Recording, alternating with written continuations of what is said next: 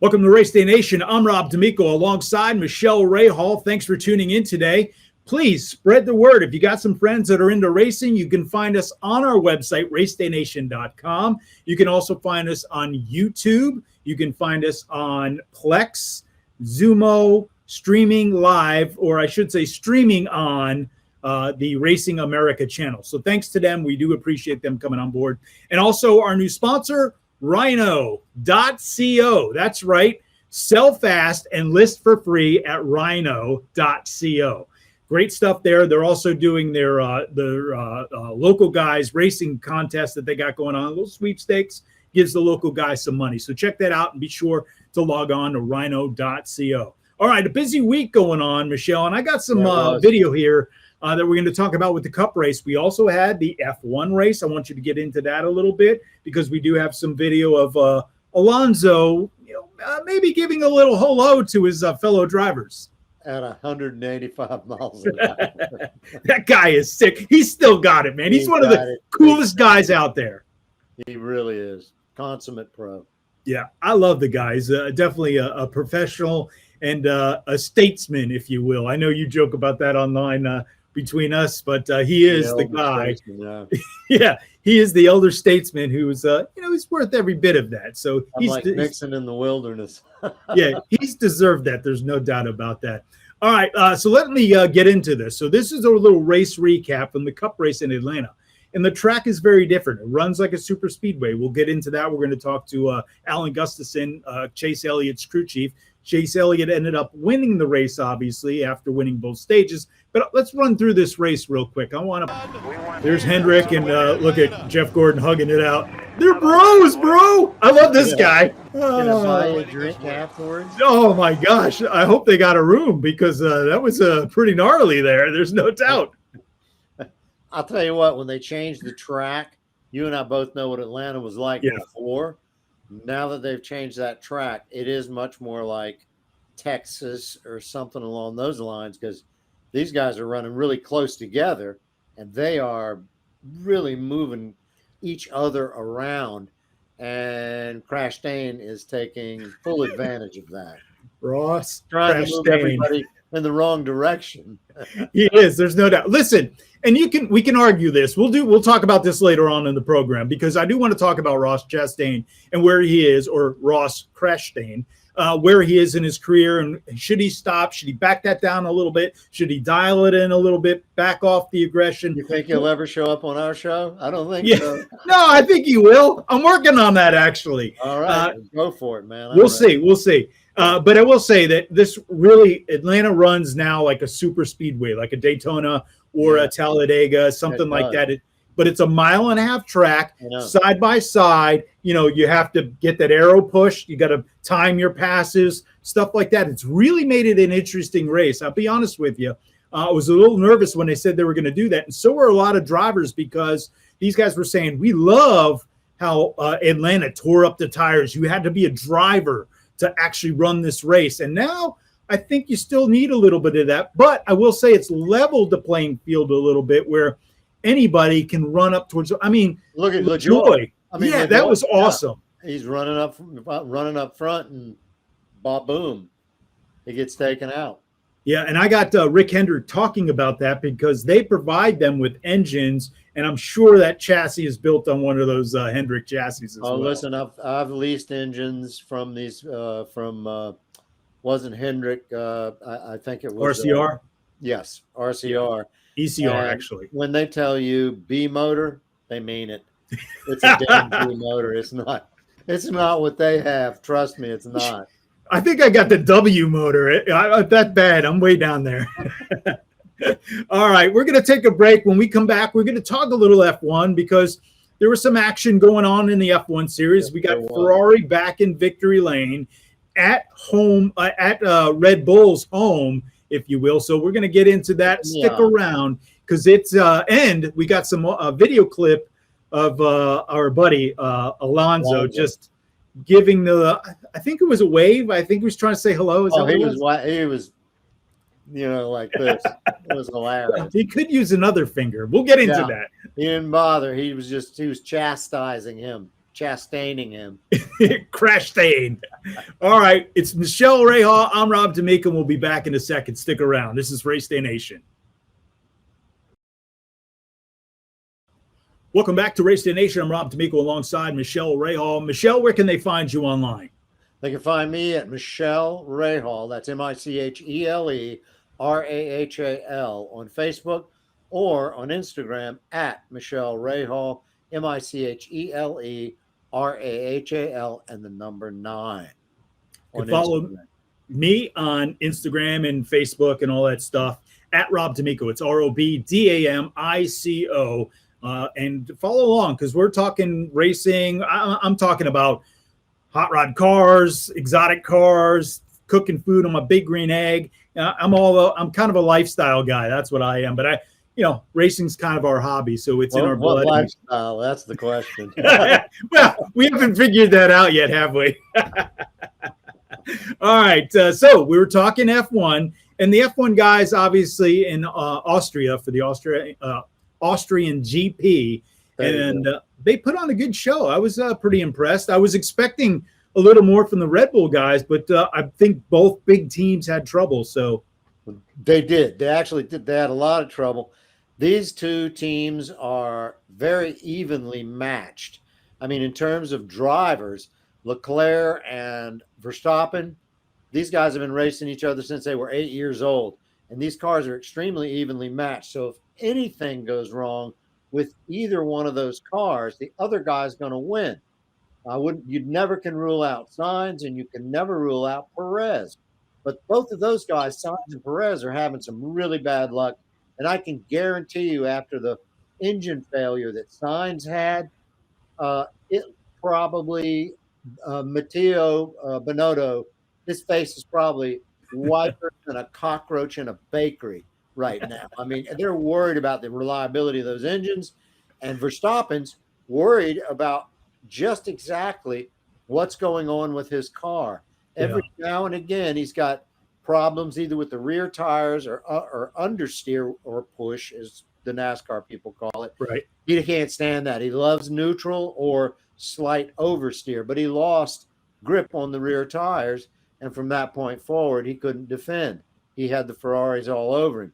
But what is beautiful about this is that we're finally, after all these years, we're actually getting to see intense racing throughout the field. Yeah. We haven't seen that in a decade, and I'm just really pleased to see it happen. Well, Charles Leclerc was the winner there. Congratulations to him. Like we said, Ferrari winning at the Red Bull Ring, kind of their backyard there for the team. But it was, again, Charles Leclerc, Max Verstappen, Lewis Hamilton, George Russell, Esteban Ocon, Mick Schumacher. Great run for him. Let's talk about that. Yeah. Lando Norris with the McLaren, Kevin Magnussen with the other Haas in the top 10 in points, Daniel Ricciardo with the other McLaren sitting there in the top 10 as well, and Fernando Alonso rounding out that top 10. So, you had Ferrari, Red Bull, both Mercedes, both Haas, both McLarens. That was awesome to see. I love when you get that type of racing going on and a little bit of the mix up in the top 10. And the amazing thing is Alonso started from pit lane, and he was just knocking people off one at a time. He was really going for it. He had the car. Bad strategy by Alpine. They really need to up their strategy game. But then again, so do the other two top teams. So does Red Bull. So does Ferrari. They both need to get their strategies right. If Alpine had done that, you'd have probably seen Alonso up in 5th place or so. Yeah. Hey, I got that video. You pulled it for me off YouTube. This is a great video. I want to share this with you. Yeah, this is 5 miles an hour, ladies and gentlemen. Here, let's take a look at this. Give me 1 second here. I'm going to start it up. But here he is. He's coming around. What's his name there? Tsunoda. Tsunoda. Yeah, here he is coming around. Watch his right hand. There it is. Yeah, Tsunoda was trying to push him off. You don't push Alonso into the grass. No, I mean, that's especially at those speeds. I mean, that is truly, you don't understand. Once that tire gets on there, it is like ice. I mean, it truly the grip is. just disappears. 85 miles an hour, and he's wagging his finger at the guy. And I mean, and Tsunoda really needs to learn. Yeah. And racing against Alonso, you learn something. Don't mess with me. Yeah, I would agree. So great racing going on there. That was one of those instances when you're in the car. You know, if those cars had fenders, that's one of those times where you give whoop, whoop, you give a little nudge to the guy, but and try to get back on track and do it. When you cross over tires like that, it's no way. It's not, if you know what you're doing, it's not as unsettling as you might think, but it can be a disaster. Yeah. If someone brakes a little too soon, that front wheel goes over and up in the air the car goes. I mean, that is not a good thing. And Tsunoda needs to learn, look, if you've lost the corner, give it up. You've always got another chance. If you think you can come back and take it, go ahead and take it. But against Alonso can defend against anyone out there. I got to be honest with you. Mentally, as a driver, though, you know, you're like, I'm going to push him as hard as I can, and I'm actually going to make my car as wide as possible. I get it. Listen, I understand. He's shoving him into the grass. He's trying to push him into the grass. And Alonso, man, you just don't do that because he's not going to give it up. No. And he's going to tell you about it. Oh, yeah. There's no doubt. All right, let me check at the points here. So points look like this. Max Verstappen is still on top with 208 points. You have Charles Leclerc second, Sergio Perez, Carlos Sainz, George Russell, Lewis Hamilton, Lando Norris, Esteban Ocon, and Valtteri Bottas with Fernando Alonso still rounding out that top 10 in points there. All right, when we come back, we're going to talk about the Cup race. I got some video of the winner, Chase Elliott, winning in Atlanta, his hometown. What a cool vibe that is. We're going to get into all that next. For Michele, Rahal, I'm Rob D'Amico. This is RaceDay Nation. Welcome back. This is RaceDay Nation alongside Michele, Rahal. I'm Rob D'Amico. Don't forget the show is sponsored by our buddies over at Rhino.co. That's right. If you have some classifieds, you're trying to sell your car, a great way to do it for free and to get it sold pretty quick is go to Rhino.co. You can check those guys out. Proud sponsor of RaceDay Nation. So thank you very much for their involvement. And let's get into some Cup racing back in it because we had Chase Elliott who won the race. And I got to tell you, it was a great race to watch. Yeah. And you had Chase Elliott getting the win. Ross Chastain, it's almost like the Ricky Stinkhouse. It's a great name. The guy still finished second, you know. Dude, I give it to the guy. I give it to that entire team. We'll get into that here in a second. Austin Cindric was third. Eric Jones, fourth. Ryan Blaney, fifth. Daniel Suarez, Ross Chastain's teammate, sixth. Justin Haley, Eric Almirola, Cole Custer, and Harrison Burton round out your top 10 there. Hey, it could have been one of your Cole Custer.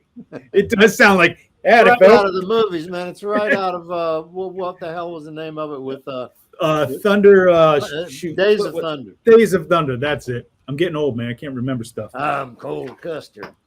Well, the 26-year-old of Chase Elliott won the race. Congratulations to him, as I mentioned.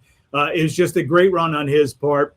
His 16th victory of the season, his 13th top 10. He won both stages and led about 96 laps, which was pretty impressive. Yeah. There's no doubt about that. And I got a great video here of him sitting in the press box after the race, and I want to play that for you here. Let's see if I can get this going. Been a whirlwind. These are moments you wish you could bottle up and just, kind of keep. And unfortunately, it just doesn't work like that. But moments that are really special and near and dear to your heart, like winning at your home track, a place that I've spent, a ton of time at as a kid, racing on the quarter mile down here and Bandoleros and Legends and chasing women. A lot of trips between here and North Georgia, up and down the road, and just kind of when you're a kid and you're racing on the quarter mile over there, you look at this big track and it's like just out of reach, like not even real. Just that your heroes are out there competing, once or twice a year on this big track, and like that's just not real. So to be here and to have a day like we had is really incredible. And certainly one I'm going to embrace and enjoy a lot, and obviously be ready to go to Loudon here in a few days. But these wins are just too hard to come by, and especially when they're as special as this one. I've witnessed guys win at their home tracks, and you can always tell it means a lot to them. But until you start competing somewhere at a sport's highest stage like this, I'm not sure you fully understand, the meaning of it and what it could mean to you. So to be able to have this moment is really special, and one I'm very grateful for. I mean, that's awesome for the guy. I mean, he really, his dad. To him. I mean, his dad's got to be incredibly proud of him. He's well educated, well spoken, extremely articulate. I mean, he's the kind of driver that you want to see. People do. They want to see him succeed, and he's great for the sport.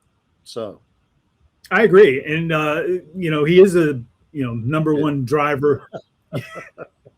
He's an egghead, man. We love him. Him and his dad both have eggs, so we appreciate those guys. But seriously, though, he speaks like he's 26 years old, but he speaks like he's 40 years old, and he's been there forever. He did not pick up his father's accent. No, thank gosh.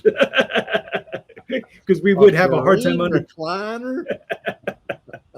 Well, that's like when they say the siren goes off in Dawsonville. It's the siren. Siren. And did you see that on TV, by the way? They had jumper cables off of a car to start the siren, which was hilarious. Those guys are old school out there, man. Oh, yeah. If you don't have jumper cables in your car to start your own car, you're not a NASCAR fan. That's right. Well, here's Rick Hendrick and Jeff Gordon talking about, what this win meant to them and for Chase, for that matter, and Chase getting to victory lane at a place like this. I know it means a lot to him to win at this track, to him and his family, and so this was a great day. I would just add, I just saw a look in his eye today, all day. When we saw him this morning, you could just hear in his voice over the radio. He's very just focused and determined, and you get there from already having a couple wins under your belt, the team starting to gel, leading the points, coming to your home track, sponsors like Napa, hometown for them, Hooters, and so this was I think just a lot of motivation behind it and confidence coming into it, and now I think the confidence is only going to build among him and the team, so that's a great combination to have at this point in the season. Oh, Mr. Jeff doing his sponsor deals. Look at him. He's stepped right in that role. Old Jeff is gaining a little bit of weight. He's stepping up with Uncle Rick. That's right. That's what happens, man. You got out of that car. It apparently does. I mean, these guys don't realize you've really got to keep yourself going. If you want longevity in life, you better keep your ass in shape. It's simple as that. It really is. Well, I need to get back to the gym. Speaking of that, we're going to take a break here so I can go hit the gym for a few minutes. Yeah. We'll be right back. It's Michele Rahal. I'm Rob D'Amico. We're talking trucks coming up next right here on RaceDay Nation. Welcome back. It's RaceDay Nation. I'm Rob D'Amico alongside Michele Rahal. The show is presented by Rhino.co.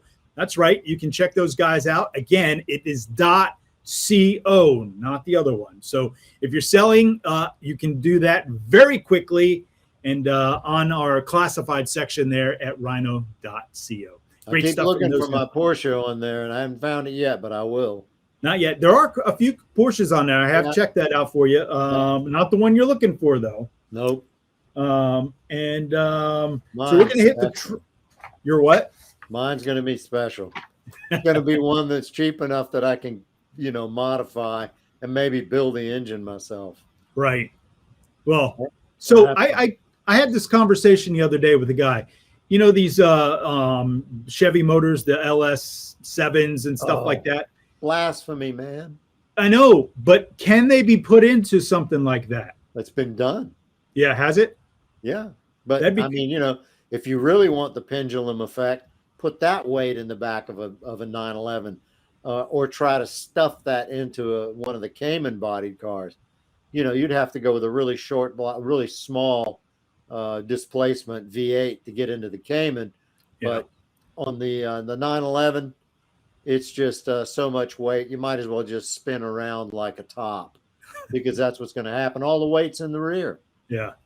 All right. We're going to talk truck racing. Didn't want to get too far down on the car stuff because I could talk about cars all day long. But trucks, we did have a winner there. Parker Kligerman ended up winning the race. They were at Mid-Ohio road racing. Parker did a great job, which was awesome to see. This 31-year-old guy getting the victory lane, well-deserved, because here's a guy that's been on the scene for a while and hasn't really gotten the opportunity, right? But here he is making some waves and maybe opening the door for something in the future. I don't know.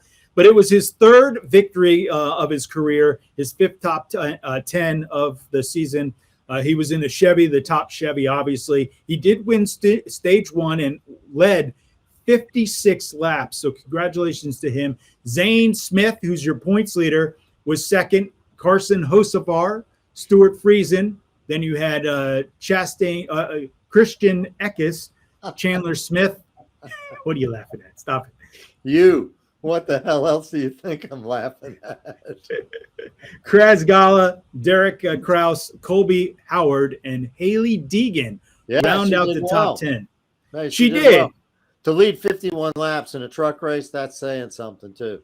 I mean, usually those guys are switching off. Guys and gals now. That's right. And listen, congratulations, Haley, because she did a great job. She's up in the top 10.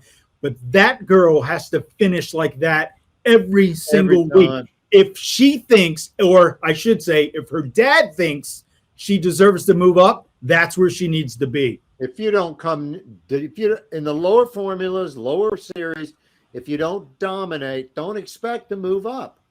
Don't expect to move up.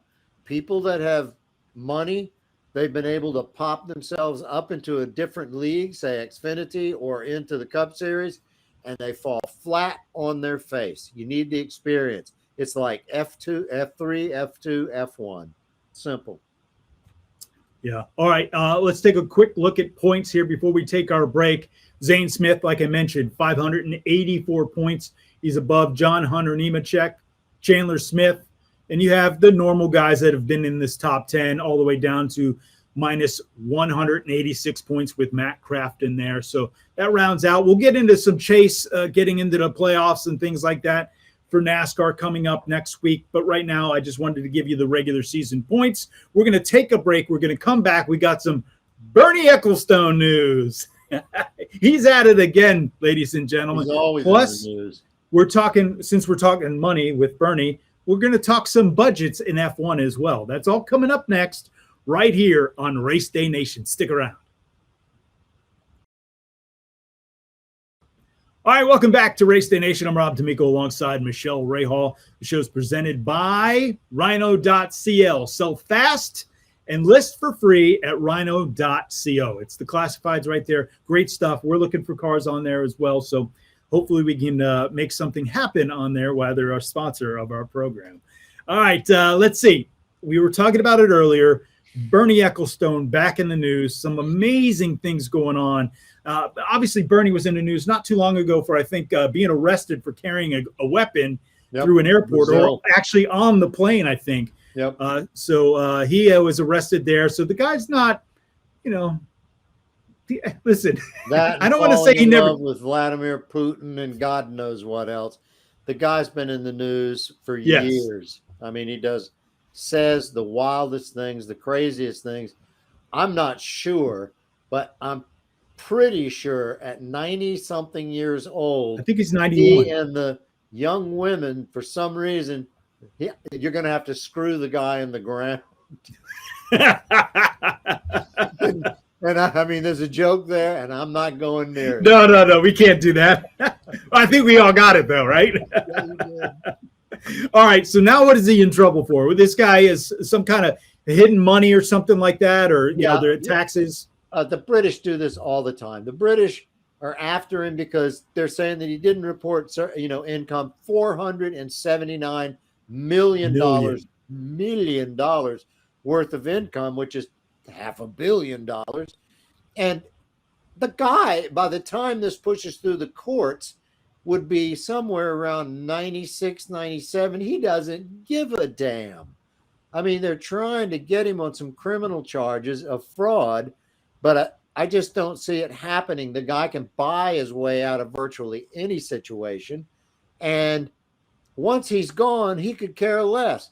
Even if his estate were sued after he, let's say, passes on, his ghost will come back to haunt us all. But nonetheless, after he passes on, what are they going to do? What are they going to do? They're going to go after the 479 million, and he still has 2 or 3 billion left to toss around. Nobody's got this. It's a canard.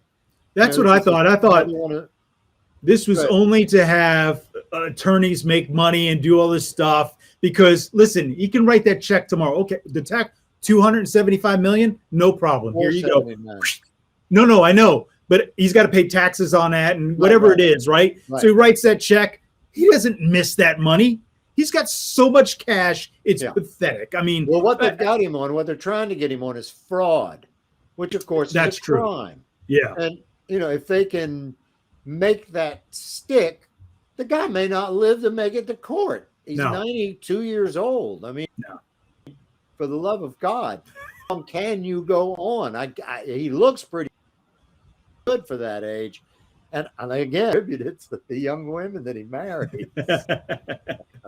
I mean, seriously, you look great for 86 years old. and no. And you for 76. That's right. I mean, I don't looks fantastic on you. If that's his secret, good for him, man. That'd be awesome. Good for him. All right, we'll switch gears a little bit after we get him screwed in the ground over here. If somebody else hasn't done it already. He is not F1, I should say, not him. Oh. F1 is sat down with the teams, and they all agreed before this past race that there is going to be an increase in budget, but it's not what you're thinking. Talk about that a little bit. It's a 3% increase in the budget so that they can somehow, with the inflation figures the way they are, they believe 3% is going to do it. Well, European inflation, it is 11.5% and rising. 3% is going to do, it will allow teams like Haas, Alpine, McLaren to be able to catch up to the large teams like Red Bull and Ferrari, because they're going to run up against a wall. They're going to have to stop developing, stop updating. But the smaller teams like Haas, who are already running good midfield, they have kept their budgets. They're going to be able to continue to update. So you may see towards the end of the season, these cars that were in midfield moving up to challenge Mercedes, Ferrari, and Red Bull. That's my prediction. Yeah, I love it. And I do, honestly. I think they're going to up that budget later on in the season. They have no choice. They've got no choice. It is a joke to believe that 3% is going to do anything against 11.5% in Europe and rising. Yeah. Hell, it's 8.5% here. I mean, rising. Just in shipping costs. Get your gas, go to the gas pump. You'll figure it out pretty quick. Just in shipping costs, the rise is really out of control. That's where it really hurts them. The shipping costs. All right, we're going to take a break here. When we come back, we're going to talk about the Xfinity Series. We'll go through who won. We'll go through the points. It's all coming up next right here on RaceDay Nation. Welcome back. This is RaceDay Nation alongside Michele Rahal. I'm Rob D'Amico. Thanks for tuning in. And we just got off the whole F1 thing. And now we're going to come over back to NASCAR. And we're going to talk about the Xfinity race because they had a great race at Atlanta. And another guy winning at his hometown track was Austin Hill. He did a great job getting the win there. So congratulations goes out to Austin Hill. Again, local guy. He is 28 years old, his second victory of his career.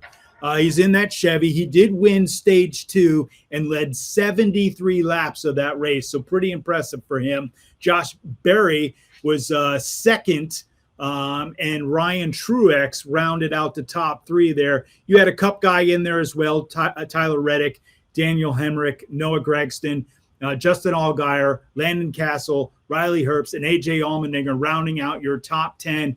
for the finish there. Your buddy. My pals, man. You can't help it, man. It's like you're 12 years old over there. How am I supposed to I'm take never you gonna anywhere? grow up, and I don't care. I'm never I going to know. grow up, and if people don't like it, tough. That's Where just the can- way it is. Where can they follow you or unfollow you? Yeah, exactly. It's Michele Rahal, MiChelerahal on Facebook, or on Instagram at Michele Rahal, MiChelerahal, and the number 9. Follow me. Damn it, follow me. Or unfollow, whatever. You can find me at Rob D'Amico, ROBDAMICO. All right, so let's take a quick look at the points. And it was AJ Allmendinger still on top with 669. Ty Gibbs, great run for him. He's up to second, 29 points back. Justin Allgaier, Josh Berry, Noah Gragson, Austin Hill moved up. I mean, like 2 or 3 positions with that win. Congratulations to him.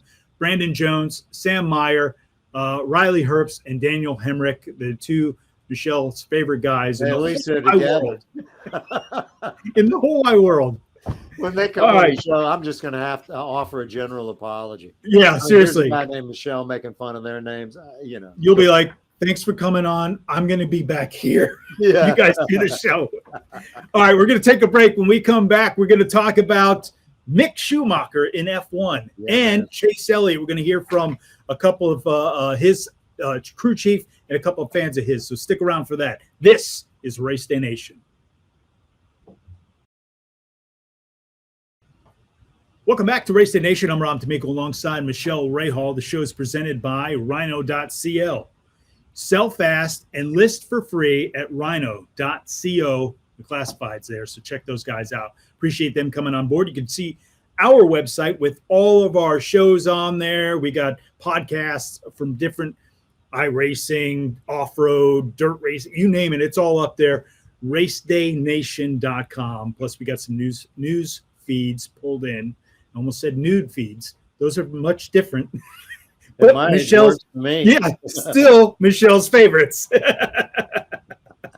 All right, so let's get into it. Mick Schumacher, great job on his part, man. The kid was awesome to watch this past weekend at the F1 Grand Prix. So props to him and great job on his part. Yeah, Steiner really laid the law down and let him know that if you're not going to perform, you're not going to get into the points, your seat is in danger. And 2 times now, the kid has put it in the points. You can have all the skill in the world, but if you lack that confidence, even a little bit at this level, you're doomed. He's got some confidence back, so much so that he's complaining that Magnussen is holding him up, his teammate.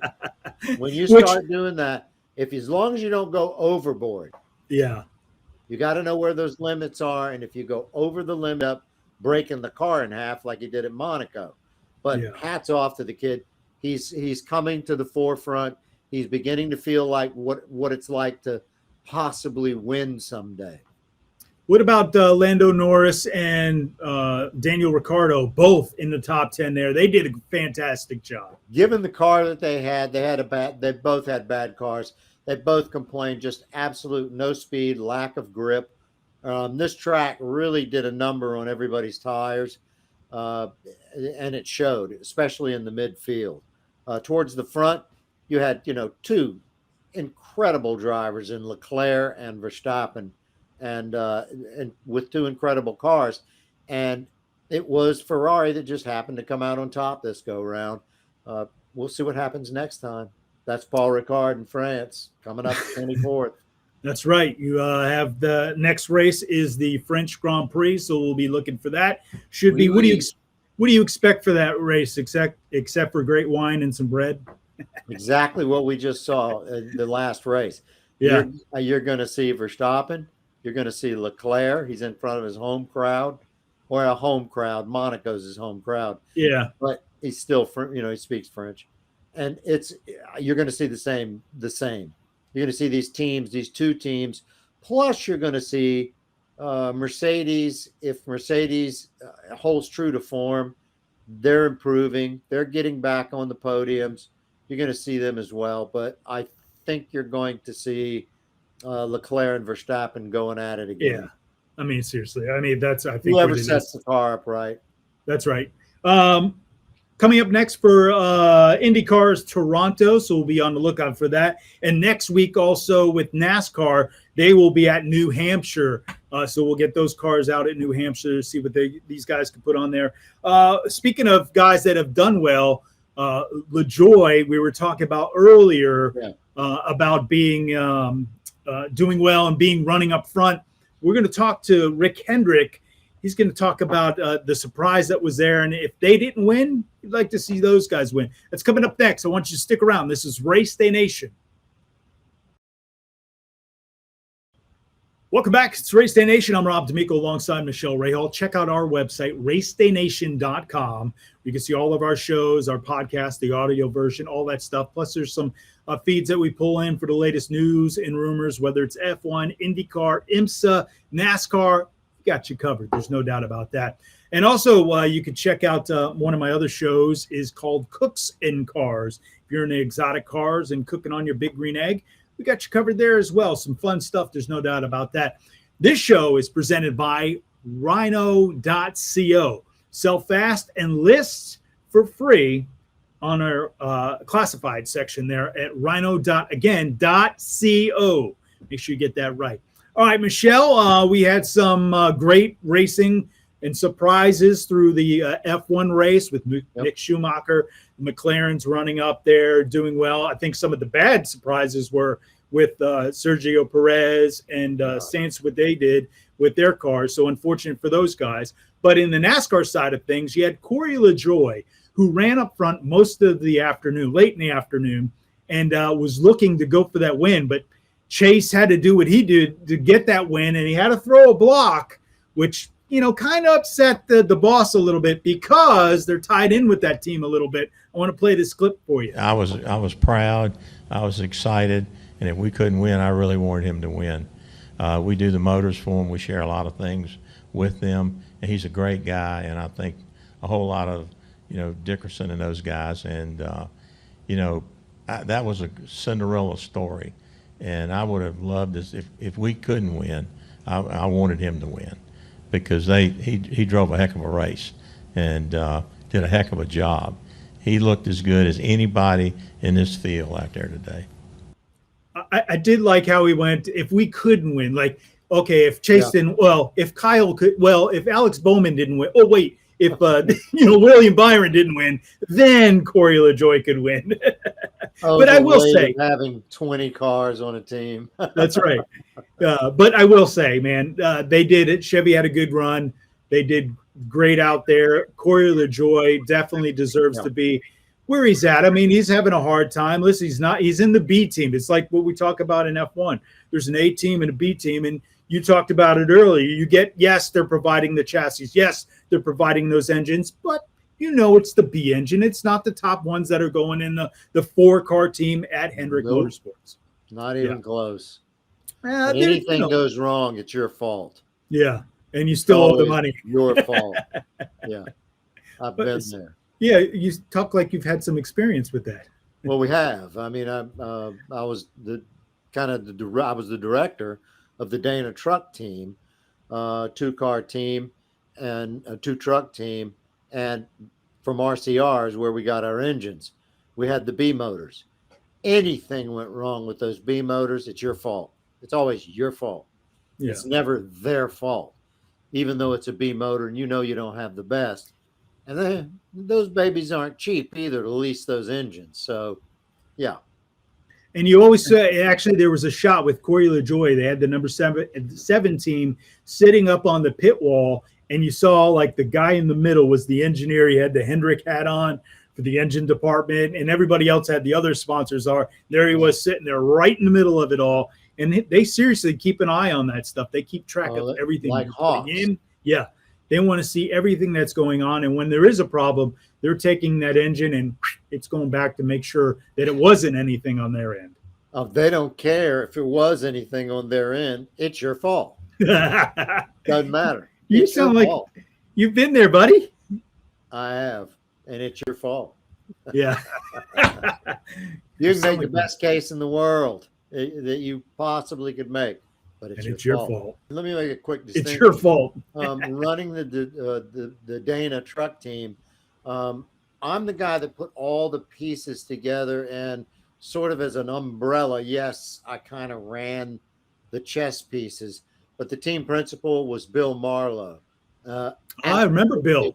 Brilliant engineer, and he called the shots. So hats off to him.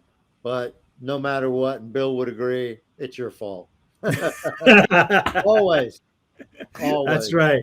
Yeah, that was good stuff. I do remember Bill. Bill was a good guy, man. He's a great guy. All right, that's it for the show, man. So we got some stuff coming up next week. We'll talk a little bit more about the French Grand Prix. We will talk about Toronto. We will talk about New Hampshire with the NASCAR guys. So all great stuff coming up. For Michele Rahal, I'm Rob D'Amico. Don't forget, stop by our website, RaceDay Nation. You can also follow him. Where are they following you? Michele Rahal, Michele, Rahal, Rahal. That's on Facebook. And on Instagram, it's at Michele Rahal, Michele, Rahal, and the number 9. Please follow. We'll have some very interesting posts coming soon. And conversations, there's no doubt. All right, you can follow me at Rob D'Amico. That's ROBDAMICO. For Michele Rahal, I'm Rob D'Amico. Thank you so much for watching. We appreciate it.